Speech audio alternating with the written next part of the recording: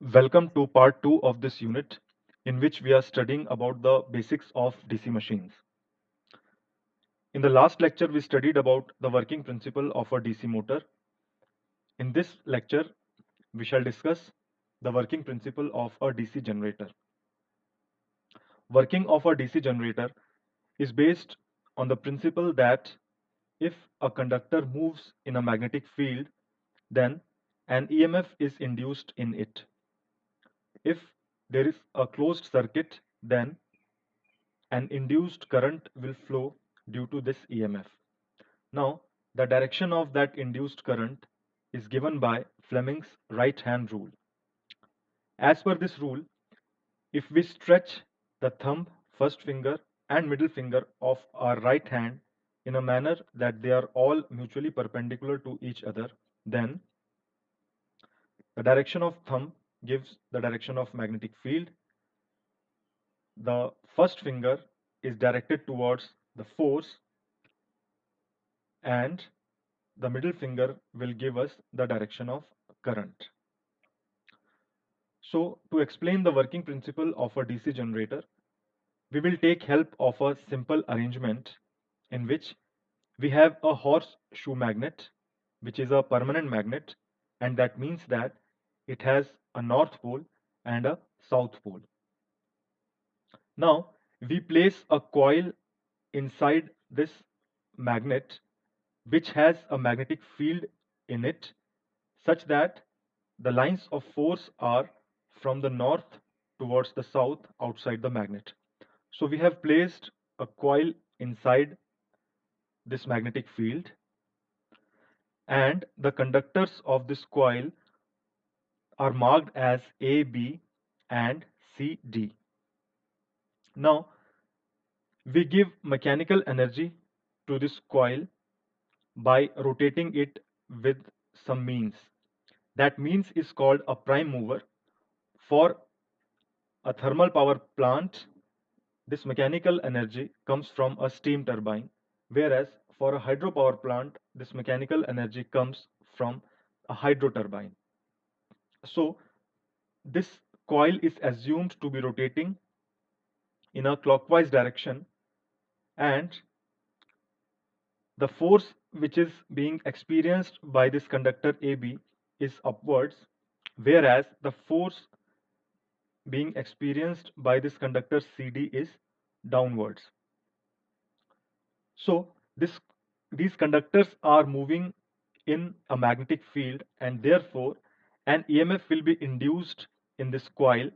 And if the circuit is closed with the help of a DC load to which we want to supply the electrical energy, then an electric current will flow in this coil.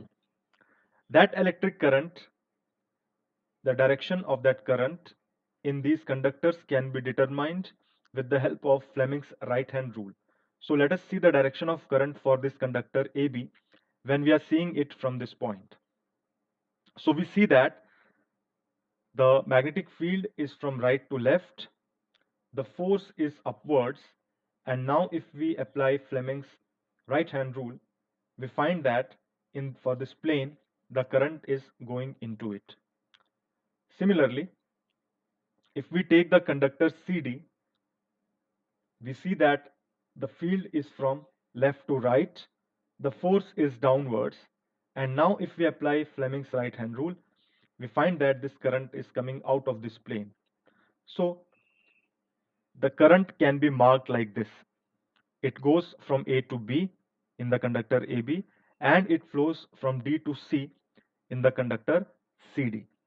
Here we should note that as of now, the conductor AB is under the south pole and conductor CD is under. And since this coil is rotating, the conductors will change their position, which means that this AB conductor will come under the north pole and CD conductor will come under the south pole. So let us see what happens to the direction of current when the conductors change their position. So here we have this conductor AB under the north pole. Direction of force remains the same, that is downwards. And here I have marked the magnetic field and force. So if we apply Fleming's right hand rule, we see that the current is such that it flows from B to A. Similarly, For the conductor CD, I have marked the direction of magnetic field and direction of force, and if we apply Fleming's right hand rule, we find that the current is such that it flows from C to D. So if we mark the current here in the coil, we see that the flow of current is like this, from C to D and from B to A. So under both the conditions, I have shown the direction of current when the coil and the conductors are have rotated. So here, when this conductor AB is under the south pole, the direction of current is from A to B. Whereas when this conductor is under the north pole, the direction of current is from B to A, which means that the current is not unidirectional. It keeps changing its direction. Again, when this conductor AB will come under the south pole, then the direction of current will be from A to B. So it flows like this, from A to B, then B to A, then again from A to B, then from B to A. So this current is basically an alternating current, whereas the load connected is such that it requires a unidirectional current. So here again, we need to inculcate a mechanism which can give a unidirectional current to the load, although the current inside this coil is alternating in nature. So that mechanism is known as commutator, which we had already seen when we discussed the working of a DC motor. So again, I'll explain the concept of a commutator. So we have taken this copper ring, we have cut it from the middle so that we have these two parts which are known as segments. So I have two segments here. This is the segment S1 and this is the segment S2. Now what we do is we again join these two segments but with the help of an insulation here, such that the current from segment S1 cannot go to S2 and vice versa. So this ring which we have made, which has segments separated from each other by insulation, is known as a commutator. This commutator is a rotating part. It rotates with the coil. So what we do here is that we have taken this commutator and we have connected this coil to these two segments.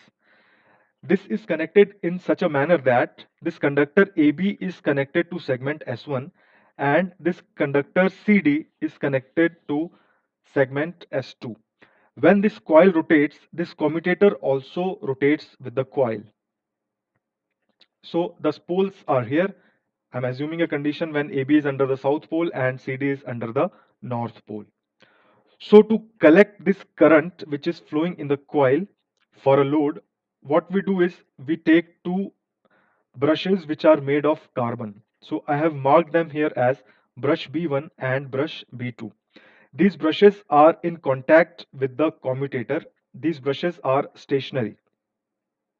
And here I connect the DC load. Remember that DC load means the direction of current should remain the same, although the current is alternating here in the coil. So here both the conditions are shown when this conductor AB is under the south pole and CD under the north pole, and with AB under the north pole and CD under the south pole. So in case 1, we had already seen that if the direction of rotation is clockwise and when the conductor AB is under the south pole, we saw that the direction of current will be from A to B, and in CD it will be from D to C. So this current will complete a path through the load which goes like this. So it comes here to the segment S2 and from here it goes to the brush B2 and then into the load, and it comes out of the load, goes to brush B1 and from there to segment S1, and from there it goes to the conductor AB in a direction A to B. So this is how the completion of this path takes place. Now due to this rotation, when the conductors change their position, so in conductor AB the direction of current now is from B to A.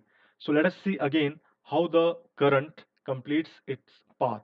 So again here it goes from B to A, comes to segment S1, from S1 to B2, then enters into the load, then comes to B1, then segment S2, and then it flows through the conductor CD in a direction from C to D. So here we see that as the coil moves, the commutator moves with it, and in the first case, the brush B1 is in contact with segment S1, whereas in the second case, the brush B1 now is in contact with segment S2. So although the current inside the coil is alternating in nature, it periodically changes its direction, but outside this coil, that is for the load, the current remains unidirectional, and this happens because of this commutator. So the commutator here is acting like a mechanical rectifier, that is, it is converting this alternating current into direct current. So this is what happens when this coil is rotates and it gives electric energy to the DC load. So I explained the working of this DC generator with the help of this simple setup. So let us see some of the namings that we do for these parts. So generally, a permanent magnet is not used. We use an iron core and we magnetize it with the help of a DC current. So a winding is there where a current is flown and due to which a field is produced, and this winding is known as the field winding. The coil that I was showing is mounted on a shaft, and this is not actually a winding made of one coil, but it has multiple coils. So this winding is known as armature winding. And of course, this part we know well about it. This is a commutator. So in an actual generator, the construction is a bit different, which we will see in the next lecture. But these parts are the main parts of a DC generator. So in our next lecture, we will see the constructional features of DC machines, expression for induced EMF, the circuit model of a DC machine, the torque expression, and types and applications of DC machines.